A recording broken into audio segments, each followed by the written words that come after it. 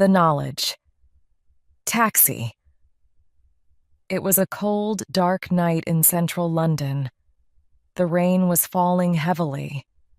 The black cab stopped just in front of the man in the hat and the black overcoat, splashing water everywhere. The driver leaned out of the window. "Where are you going, mate?" "Chinatown?" "Okay, get in. It'll be about £10. It'll take about 25 minutes. There's a lot of traffic because of the rain. Terrible weather, isn't it? It seems to have been raining for days. Well, it's been a bad year for weather altogether."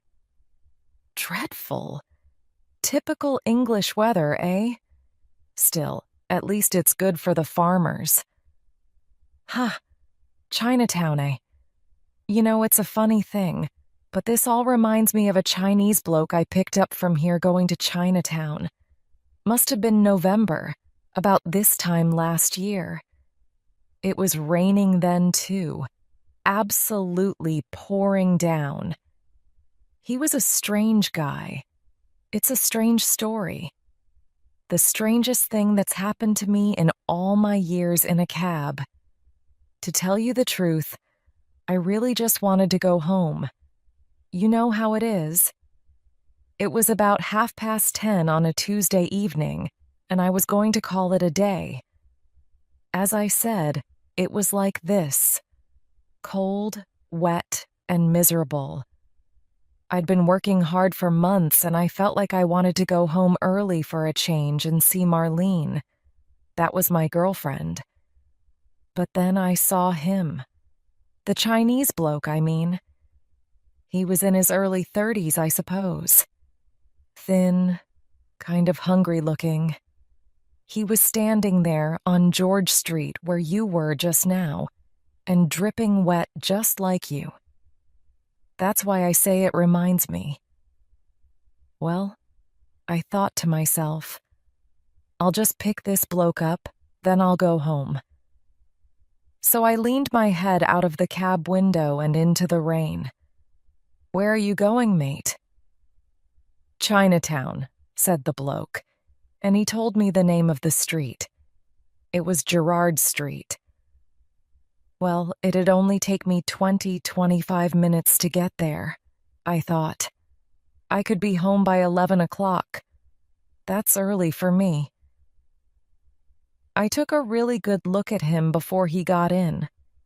He was wearing an old leather jacket and blue jeans. Not really dressed for the rain, you know. And he was carrying a parcel under his arm, wrapped in brown paper. He seemed in a bit of a hurry, but that wasn't surprising. Probably just wanted to get out of the rain, like everybody else. He looked okay. At least he wasn't drunk, so I said, "Fine, get in."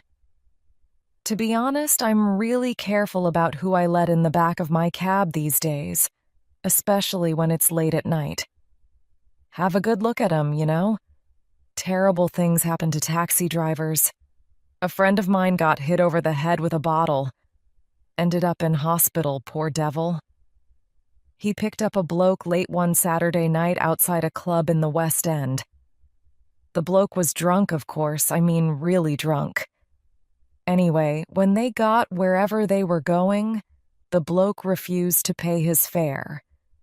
When my friend said he would call the police, the drunk just took an empty bottle out of his pocket and hit him over the head.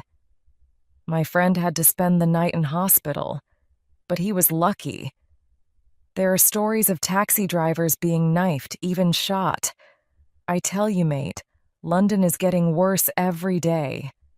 Anyway, back to this Chinese bloke.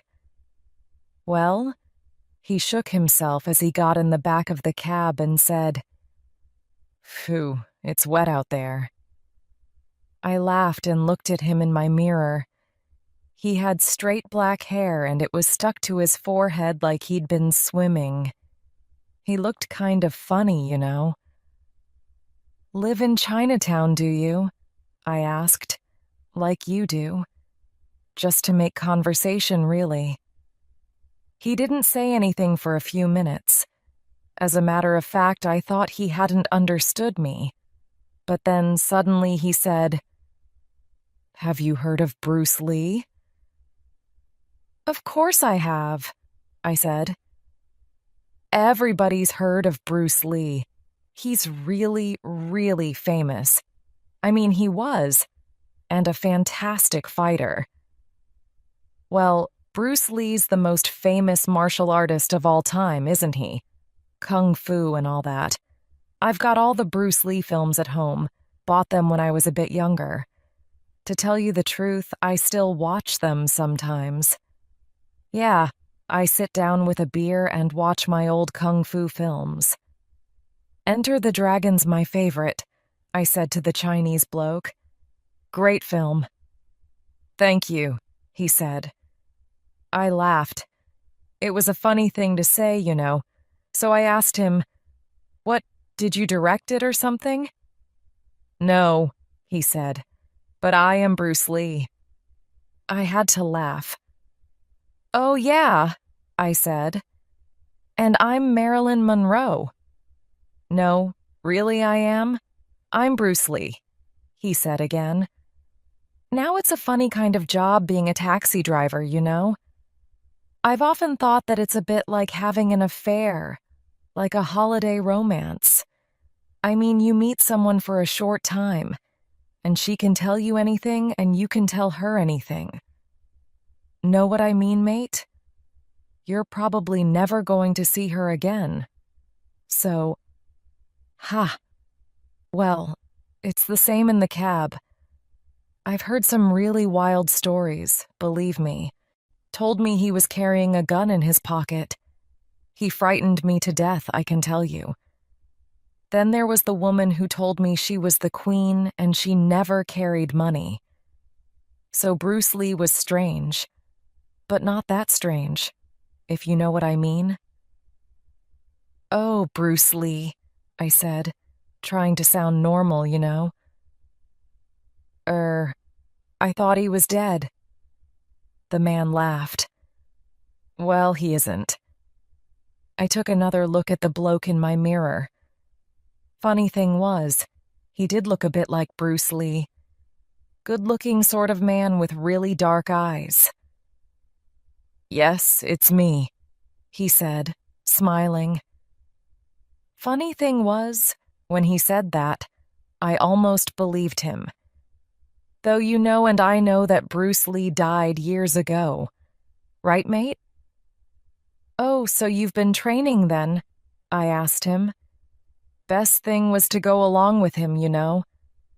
We were still about 20 minutes away from Chinatown. For all I knew, he was totally crazy and had a gun in his pocket. That's the kind of thing you have to think of when you've got someone in the back of your cab. "Yes," he said, perfecting my 1-inch punch. Now, I remembered seeing a documentary about Bruce Lee a few years ago. Do you know that he could knock a man to the floor with a punch he gave from only 1 inch away? That's just 2.5 centimeters. He was incredible, that guy. Strong as anything. "Oh, how's it going?"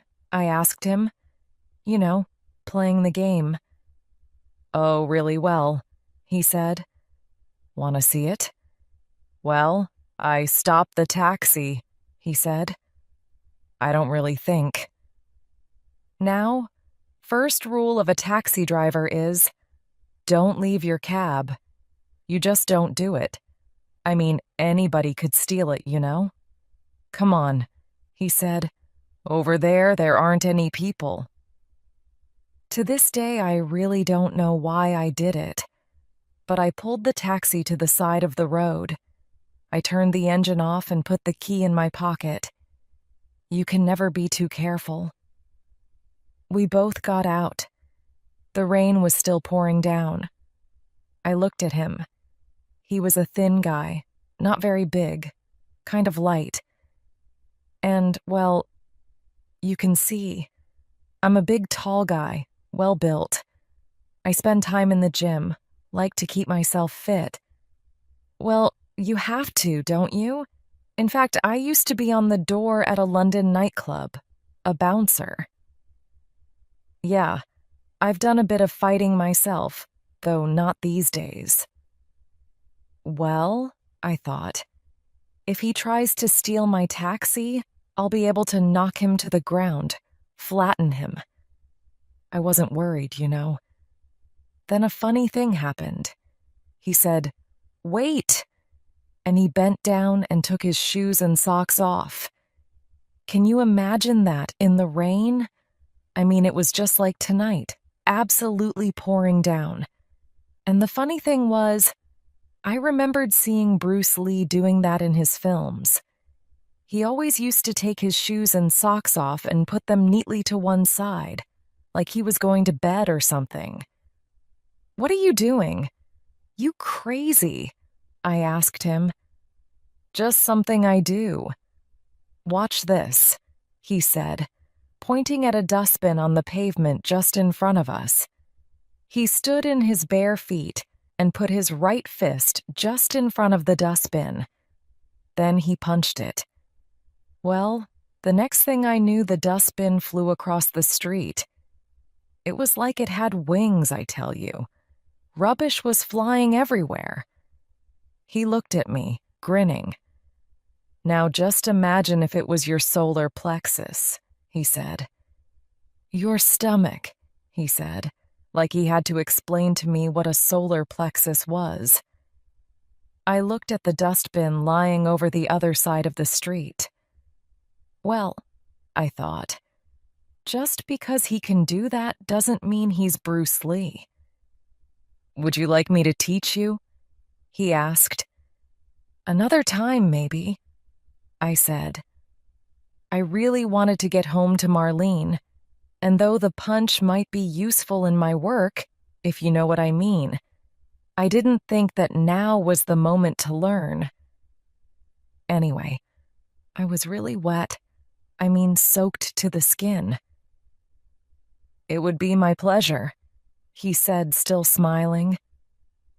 Then, suddenly, just like that, whoosh. He did a fantastic, really high sidekick at a signpost. It was so fast you could hardly see it. The post fell over and crashed to the ground.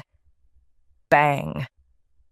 "Very useful," said Bruce, grinning again.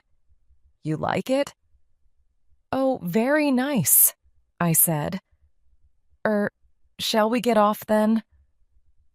I was a bit nervous by this time, you know, looking around to see if anyone had seen what he'd done.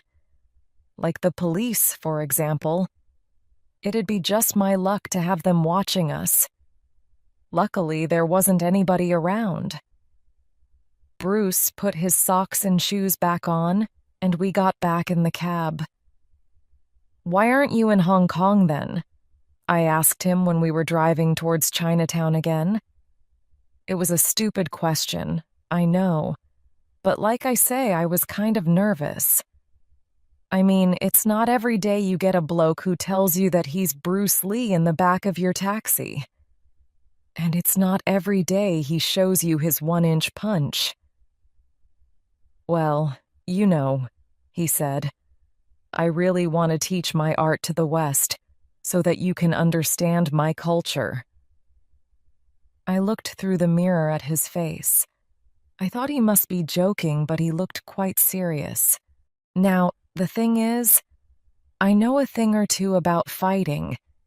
I mean, I grew up in the East End of London, and I used to box as a kid. Yeah, I was a boxer. Then later I was a bouncer, like I said. I mean, before I learnt the knowledge and became a taxi driver. The knowledge. Do you know what that is? Well, you have to learn the London streets so that you know them like the back of your hand, and it's called the knowledge. Every taxi driver in London has it. It's part of the job. Well, it is the job. Once you've got the knowledge, you're a real London cab driver. Anyway, on the subject of fighting, I've seen some action and I've seen some pretty good fighters. But this guy, this Bruce Lee, was seriously good. Far better than the others. I mean, you don't see that kind of speed every day. So I was kind of confused, if you know what I mean.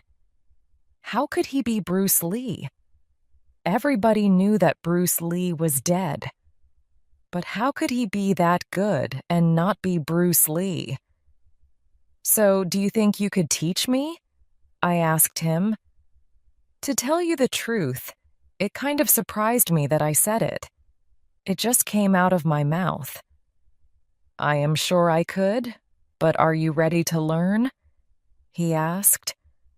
I'm not sure what you mean. If you were ready to learn, I mean really ready, you wouldn't even feel the rain, said Bruce. I didn't say anything. I supposed he was right. And then there is all that boxing stuff, he said. It's no use to you. In fact, it gets in the way. Now, how did he know that I'd been a boxer? Tell me that. I hadn't said anything to him about me being a boxer. Like the Zen master said, he went on, in order to learn, you must empty your cup. In other words, you must unlearn everything you know so far.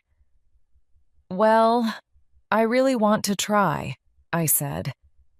I mean, it's not every day you meet this kind of person, Bruce Lee or not. He had me kind of interested. When can we start? Ha, he said. You think it is that easy? You are thinking that if this thin little Chinese man can do it, then so can I, because I am big and strong. Well, he was right, of course. I was thinking that. You think that fighting is about aggression, he said. You don't realize that it's about being strong enough to walk away. I didn't say anything. He was right, though. I supposed I did think that fighting was about being aggressive. Are you surprised that I can see what is in your heart? He asked me. Well, Yes, you must empty your cup, he said again, and unlearn everything. Well, I thought, easy enough to say, but how do you do that? How do you unlearn everything? Do not try to find me, he went on. Remember that in Zen, they say that when you seek, you will not find. I will find you. What do you... Shh, he said, and put his fingers to his lips. Well, by now we'd arrived in Chinatown, and he paid me and jumped out of the taxi, quick as a flash. We were outside a restaurant on Gerrard Street. It was one of those typical Chinatown places, with red lights everywhere. I looked out into the rain as he ran towards the restaurant. And then comes the strangest part of this whole story. This is the bit where you're going to think I'm telling you lies. He just disappeared. I mean, vanished. First he was there and then he was gone. I saw him outside the restaurant and then, woof, he disappeared. Difficult to believe, eh? But it's true. Sure as my name is Ricky Thomas. Well, I rubbed my eyes a bit. At first, I thought he must have gone into the restaurant, so I went in to have a look for him. Inside, there were a few people having dinner, people who'd been to the theater or whatever. I looked around the tables. Then I asked the waiters, and even the manager. I described him, but no, they hadn't seen him. They didn't know who I was talking about. So I left the restaurant and drove home. What else could I do? On the way, I thought about everything. The punch, the kick, what he said about the cup and my heart, telling me not to look for him, and then the way he disappeared like that. It all went through my mind. To tell you the truth, when I really thought about it, I felt that maybe I'd just been working too hard, you know? Perhaps I'd imagined it all. I mean, it was all so strange. Except that, how could I have imagined it all? Anyway, I just wanted to go home to see Marlene. I didn't even phone her on the mobile. Thought I'd give her a surprise. Come to think of it, that was strange in itself. I never went home without ringing her first. I got home and stopped the cab outside my third-floor flat in Maxwell Gardens. I looked up at the window and I could see from the light that Marlene was watching television.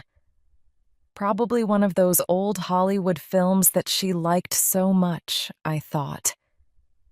I suddenly felt really happy that I was going to see her, after all that. I wished that I'd picked up some flowers for her or some chocolates. It was still raining hard and I wanted to get in fast. But even so, I checked all the doors on the taxi, like I always do. Where I live is full of car thieves and I didn't want them to have a good night.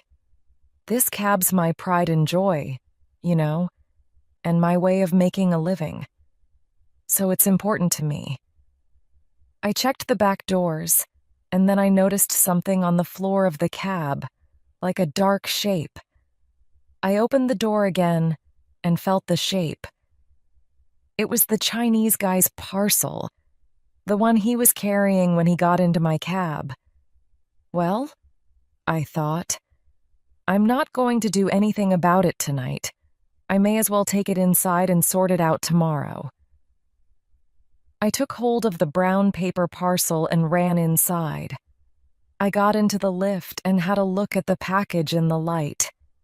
It was soft, as if it was full of clothes, and there was no name or address on it.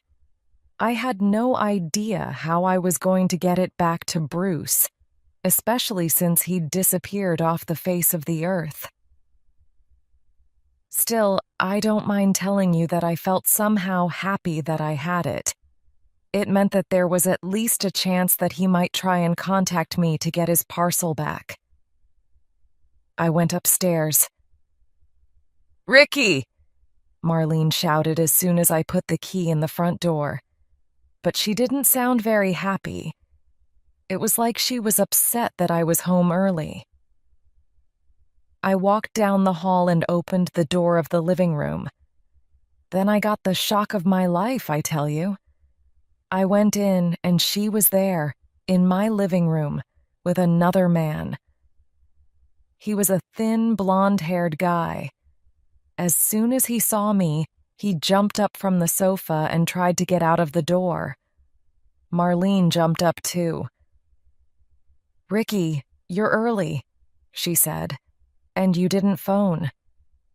"Well, I can see that you weren't expecting me," I said. I was mad, I can tell you. The man was standing in front of me, and I really felt like punching him. He was a thin little man, not much meat on him if you know what I mean, and I could have really hurt him. Tell you the truth, I felt like killing him, and that's what the old me would have done, believe me. But something strange happened that night. Suddenly, I felt calm all over. I didn't feel like punching him anymore. I heard the Chinese guy's voice in my head. "You think that fighting is about aggression? You don't realize that it's about being strong enough to walk away." Suddenly, I could see everything. I could see that this wasn't the first time. I could see that Marlene wasn't faithful to me and that she never had been. I could see that she didn't love me. It came to me, It just suddenly hit me. It was like, what do they call it? A revelation, mate, that's it. So that was the first thing that changed. Once I knew that Marlene didn't love me, I didn't want her anymore. It was living a lie, and I knew immediately that I couldn't do that. So, next day she left, and I haven't seen her since. I'm looking for the right one, I said to myself, and I'm not interested in second best. So, anyway, with all the upset, I totally forgot about the parcel I'd found in the back of the cab. But the next day, once Marlene had gone, I remembered. I didn't know what to do with it, and I was really curious about what was inside. I tore open the brown paper wrapping and found a pair of blue pajamas made of silk. I held them up to have a good look. I just stood there, staring. The top was a Chinese-style jacket with a stand-up collar. The bottoms were just silk trousers. They were both deep, midnight blue, and really lovely. They looked incredible in my living room. It sounds funny, but it was like there was suddenly a lot of light, if you know what I mean. Like a ray of sunshine. I knew that I had to keep them. Then, I know it sounds funny, mate, but it was like that ray of sunshine started to have an effect on me, on my life. I don't know what it was, but something began that night. Getting rid of Marlene was just the start of it all. It was like the truth started to come out.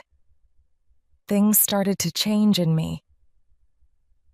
A few days later, I thought, what am I doing with my life? Do I just want to be a taxi driver forever?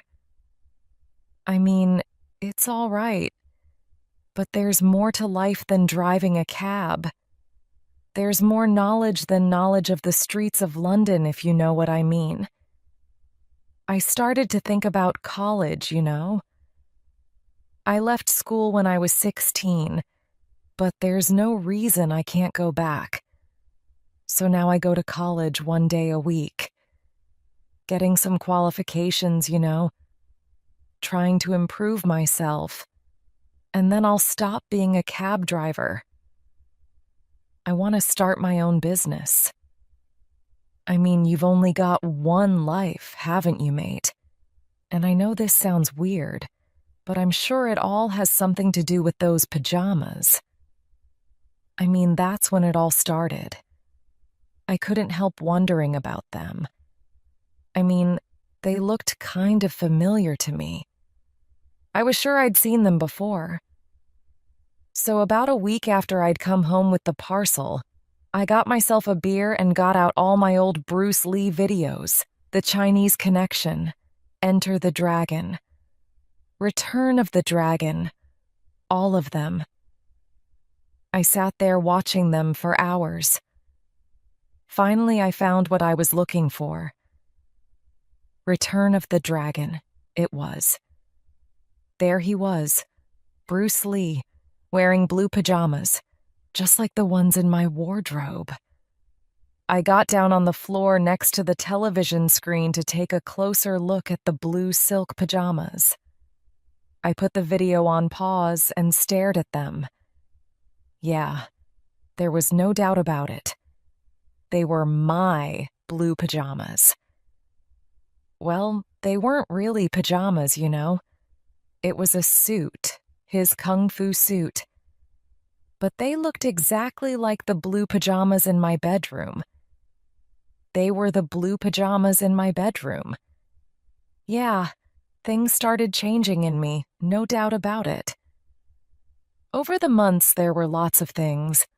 I'm training to run my own business, like I said. I stopped smoking and drinking too much, you know. I started going to the gym again, went jogging and lost a bit of weight. Just looking after my body. Different things started to become important, you know. Somehow I started to respect myself. So that's it, really. It's a mystery to me, a complete mystery, mate. It's a year ago now, and I still think about it every day. But the thing is, I take care of those blue pajamas. I mean, they're hanging up in the wardrobe, nice and tidy and clean, so that if this guy, this Bruce Lee, came back for them, they'd be just the same as they were when he left them. I know it's kind of stupid, but he'd know that I'd looked after them. And I think about what he said about not looking for him, about him finding me. And funny thing is, I feel like I'm kind of waiting and getting ready. Yeah, it's a funny old world. There you are, mate. Chinatown. That'll be £10. I'm here, Ricky, said a voice from the back of the cab. The taxi driver turned around and looked into the blackness in the back of the cab, but he couldn't see anyone. I think you've started, said the voice. It was Bruce Lee's voice, he was sure. The cab driver rubbed his eyes, but still there was no one there. You're on the way to the knowledge.